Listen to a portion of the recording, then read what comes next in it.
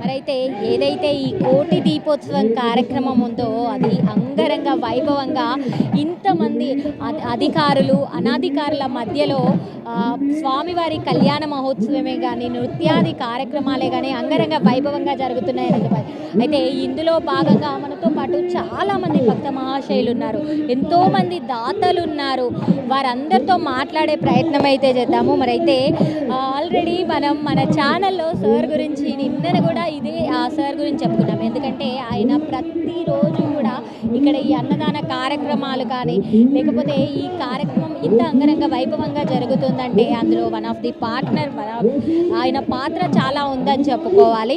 మరైతే నాయుడు సార్ మనతో పాటు ఉన్నారు. సార్తో కూడా మాట్లాడి మరిన్ని విషయాలు తెలుసుకుందాం. అటు ఆంధ్రప్రదేశ్లో కానీ ఇటు తెలంగాణలో కానీ ఎన్నో స్కూల్స్, ఎంతోమంది పిల్లలు హ్యాపీగా చదువుకుంటున్నారంటే దానికి రీజన్ నాయుడు సార్ అని మనం చెప్పుకోవచ్చు.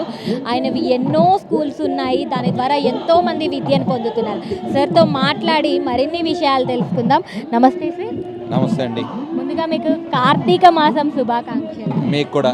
Thank you sir. మా ప్రైమ్ 9 తరపున కానీ అలాగే ఏదైతే శ్రీ శ్రీ శ్రీ నకులేశ్వరి దేవి సిద్ధిపీఠం నక్షత్రాలయం ఆధ్వర్యంలో ఈ కార్యక్రమం ఇంత అంగరంగ వైభవంగా దాంట్లో మీ చేయి కూడా ఉందని చెప్పుకోవచ్చు. సో సార్, ఎలా అనిపిస్తుంది? మీరు నిన్న కూడా చూసారు, ఈ గత 4 రోజులుగా కూడా ఈ కార్యక్రమాన్ని చూస్తున్నారు, ఎలా అనిపిస్తుంది? అమ్మ, ఈ గాజుల రామారంలో కోటి దీపోత్సవ కార్యక్రమం గత 24వ తారీఖు నుంచి జరుగుతూ ఉంది. ఈరోజు లాస్ట్ డే, 5వ రోజు. డే 1 ఎలాగైతే ఎంత స్పోర్టివ్గా ఈ భక్తులందరూ వచ్చి ఈ కార్యక్రమంలో పార్టిసిపేట్ చేస్తున్నారో, లాస్ట్ డే కూడా అలాగే అందరూ వస్తూ ఉన్నారు. అయితే ఈ కార్యక్రమం ఎందుకు జరుపుకోవాలి? మనం ఈ కలికాలంలో ఉన్నాం. తెలుసో తెలియకో ప్రతి ఒక్క మానవ జీవితంలో కూడా ఈ తప్పులు చేయడం చాలా సహజం. ఈ హిందూ ధర్మంలో చాలా ప్రాముఖ్యత ఉంది. హిందూ ధర్మానికి చాలా పెద్ద ప్రాముఖ్యత ఉంది. ఎన్ని తప్పులు చేసినా కూడా భగవంతుడు మనకి సూక్ష్మమైన పరిష్కార మార్గం చూపించాడు. అదేంటనగా, ప్రతిరోజు మనం దీపారాధన చేసి మీరు ఏదైనా పని ప్రారంభిస్తే అది చాలా చక్కగా సఫలీకృతం అవుతుందని తెలియజేయడం జరిగింది. అది సాధ్యపడిన వాళ్ళు చాలామంది ఉండొచ్చు కాక, కనీసం ఈ 12 నెలల్లో కాకపోయినా ఈ ఒక్క కార్తీక మాసంలోనే దీపారాధన చేసుకుంటే ఉదయం సాయంత్రం మంచి ఫలితాలు ఇస్తారు. అది కూడా కానప్పుడు కనీసం ఈ 4 సోమవారాలైనా దీపారాధన చేస్తే మంచి ఫలితాలు ఇస్తారు. అది కూడా కానప్పుడు కనీసం ఒక ఏకాదశి రోజునో ఒక పౌర్ణమి రోజునో దీపారాధన చేస్తే మనం చేసుకున్న పాపకర్మలన్నీ తొలగిపోయి మంచి ఫలితాలు పొందొచ్చు. అది కూడా కానప్పుడు కనీసం ఇలాంటి సామూహికంగా కోటి దీపోత్సవాల కార్యక్రమంలో కానీ వేరే ఏదైనా సత్సంగంలో కానీ అందరూ కలిసిన చోట దీపారాధన చేయడంతో మనం చేసుకున్నటువంటి పాపకర్మలన్నీ తొలగిపోయి మంచి పుణ్యం కలుగుతుందని పురాణాల నుంచి శాస్త్రాల నుంచి మనం నేర్చుకుని ఉన్నాం.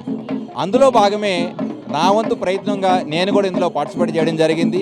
సో డే 1 నుంచి మీరు కూడా చూస్తూ ఉన్నారు.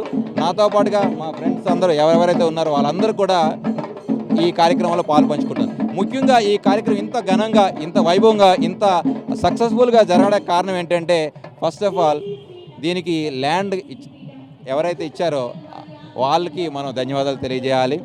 వాళ్ళే కాకుండా ఆంధ్రప్రదేశ్ నుంచి ఎక్కడెక్కడ నుంచో అయ్యవార్లు వచ్చారు, మహాపండితులు వచ్చారు, వాళ్ళందరూ కూడా ధన్యవాదాలు తెలియజేయాలి.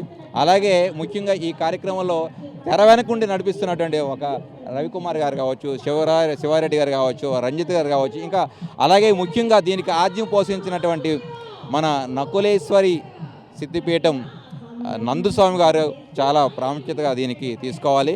ఆయన ఆధ్వర్యంలో ఈ కార్యక్రమం జరగడం, ఇంత ఘనంగా జరగడం, ఈ కుత్బులాపూర్ ప్రజలు, ఈ గాజుల రామారం ప్రజలు ఎంతో ఈ కార్యక్రమం వల్ల బెనిఫిట్ పొందుతారని, వాళ్ళందరికీ ఆ పార్వతీ పరమేశ్వరులు అనుగ్రహం ఎల్లవేళ ఉంటుందని, అలాగే ఇలాంటి కార్యక్రమం రానున్న కాలంలో కూడా బాగా మనం చేసి ప్రజలందరినీ కూడా పాపకర్మల నుంచి పుణ్యస్తులుగా మనం మార్చాలంటే ఇలాంటి కార్యక్రమాలు ఎన్నో జరగాలి.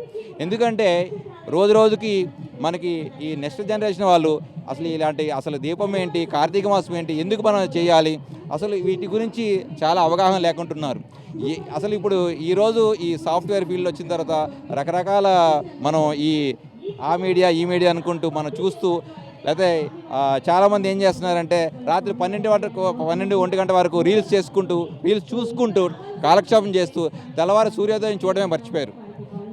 ఆ సూర్యోదయం చూడనప్పుడు మనం ఎలా, అసలు ఎవరైతే ఉదయాన్నే లేచి 5 o'clock లేచి 5 to 6 స్నానం చేసి దీపారాధన చేస్తారో డెఫినెట్గా వాళ్ళ లైఫ్లో చాలా సక్సెస్ చూస్తారు. అలా జరగనప్పుడు కొన్ని ఇబ్బందులు ఎదుర్కోవాల్సి వస్తుంది. అలాంటి ఇబ్బందులు తొలగాలంటే కూడా సూక్ష్మలో మోక్షం అన్నట్టుగా అట్లీస్ట్ ఒక దీపారాధన చేయండి అని మనం చాలా నేర్చుకున్నాం. దాన్ని ఈ నెక్స్ట్ జనరేషన్ తెలియజేయాలంటే ఇలాంటి కార్యక్రమాలు పెద్ద ఎత్తున జరగాల్సిన అవసరం ఉంది. సో దాంట్లో భాగమే నేను కూడా ఇందులో పార్టిసిపేట్ చేశాను. నాతో పాటుగా చాలామంది విఐపీలు కూడా వస్తూ ఉన్నారు. సో వాళ్ళు కూడా మనం వాళ్ళ బైట్స్ కూడా తీసుకోండి. ఈ కార్యక్రమానికి విచ్చేసిన భక్తులందరికీ కూడా ఒకసారి ధన్యవాదాలు తెలియజేసుకుంటున్నాను. Thank you sir, thank you so much. So చూశారు కదా, ఇది ఇప్పటి వరకున్న కార్యక్రమం. మిగతాది లైవ్లో వీక్షిద్దాం.